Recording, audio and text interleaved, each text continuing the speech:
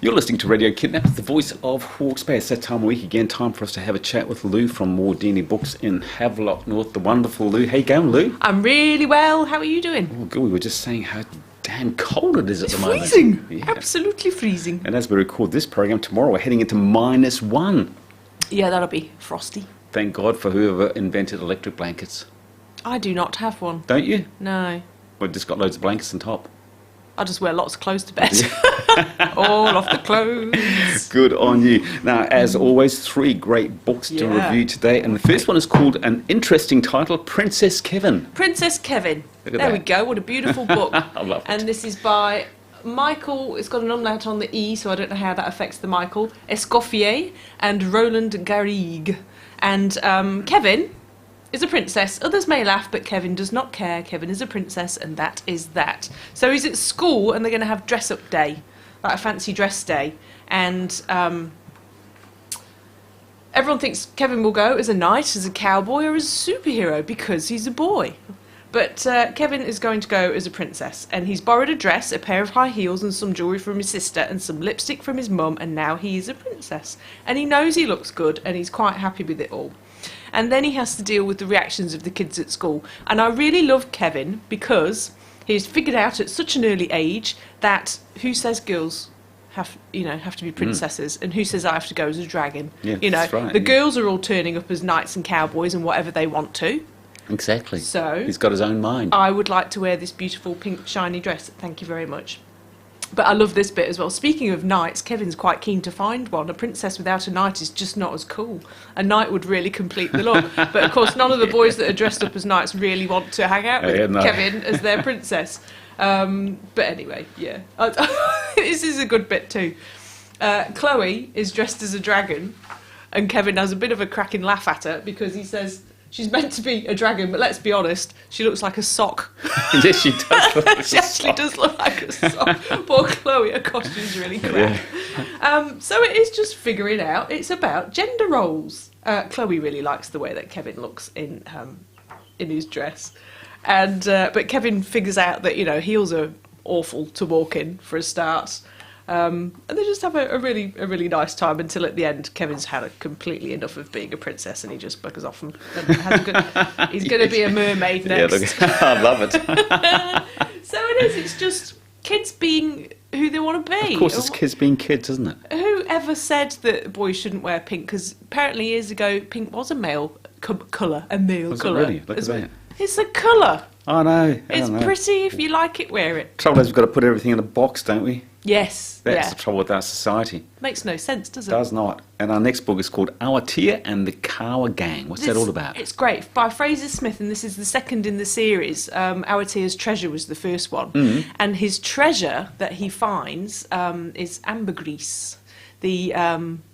It's basically whale vomit, I think. Oh, well, it's worth a lot of money. Is it really? Yeah, because it hardens and you can collect it on the beach. And I'm not quite sure what people do with it. I need to look that up again. I did know and I've forgotten. So these are chapter books for kids probably of about 7 or 8 and up. Yeah, to about 10, 11. Or a bit older if they want to. I've enjoyed reading them. And Awatea, it's kind of set back in the day a little bit because they talk about pounds and pennies and pre-metric times as well, so they measure in yards and things like that, and they can see on a good day Cape Kidnappers from where they are on the coast there. Awesome. So it's local as well, but I need to pin it down and decide exactly where it is. But Awatea goes and stays with his grandparents sometimes. His dad's not very well, and occasionally he goes and stays with the grandparents, and they've got friends, Ma and Pa Rumble, just up the road who live on the coast. And he goes up there, and his best mate is the Rumble's parrot, whose name is Carrot. And Carrot has a few words as well. So he right at the beginning of this book, he's learnt a new word, and it's because Pa Rumble is reading the newspaper and mumbling to himself, Russians, Yanks, communists, capitalists, damn politicians, religious zealots. And Carrot learns the word zealot and says it to great effect throughout the book. He also knows how to growl like a dog, and whenever he's hungry, he says, crusty, crusty. He wants some crusty bread or something like that. So in this one, Awatea and the Kawa Gang, the gang is him, Carrot the Parrot and the Pahootakara, in which they've got their den. Great gang. Yeah, it's brilliant. And in this one, they're being attacked by a swarm of feral magpies, so they have to sort that out. And also, there might be poachers. And there's also a massive leopard seal on the beach that they're quite fascinated by, but nearly comes and takes their feet off because they're quite vicious, apparently. And fast on land as well as in water, leopard seals. Good adventure. It's an amazing adventure. It's barefoot in the bush. He camps out in the tree, and he makes amazingly good kai. Yeah. It's just great. I want to go and be him for a bit. Yeah, so I'll join you. Yeah, and is it the book that sort of lends itself to a sequel? Yeah, I'm hoping there are going to be more. So this is book 2. Yeah. And I would think that Awatea and Carrot are More going to to go out and brew up their billy tea.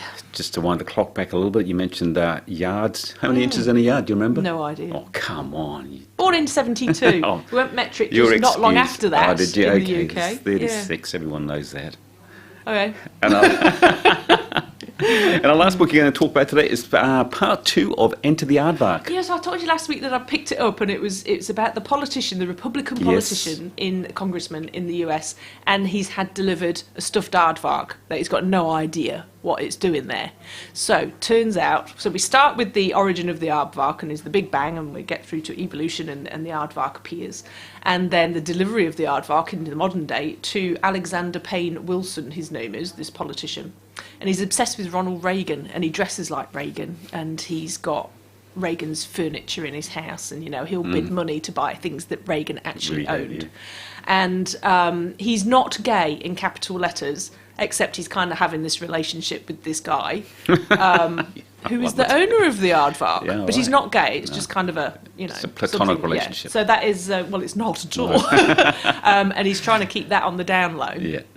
But then something happens with this guy, and the aardvark is delivered, and his whole world begins to crumble.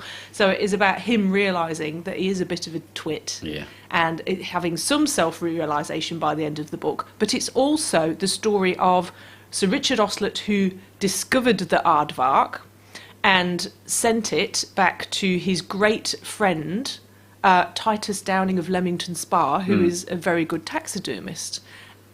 Back in the Victorian times when it was first found. So the origins of this particular aardvark being stuffed, and then how it gets to the Republican congressman's flat, and how his world just turns to custard. But there are great parallels between Sir Richard and Titus, and Alexander Payne and his friend, whose name escapes me. But just so clever. In between a novel and a novella, it's kind of too long to be a novella, but too short to be a novel, and really funny and really beautifully written and cutting, and great. Out of 10, what would you rate it? It's a 10 out of 10. 10 out of It's so 10. unusual, though, that you can't kind of compare it with anything. But it's sad, and it's funny, and it's lovely, and great. Okay, 3 more great books, and if we Yeah. want any of those books, where do we get them? Wardini Books, that would be a good idea. Good start. Yeah. Good on you, Lou. Yeah. Pleasure as always. Look out yourself. Talk to the same time, same place next week. Cheers, Ken.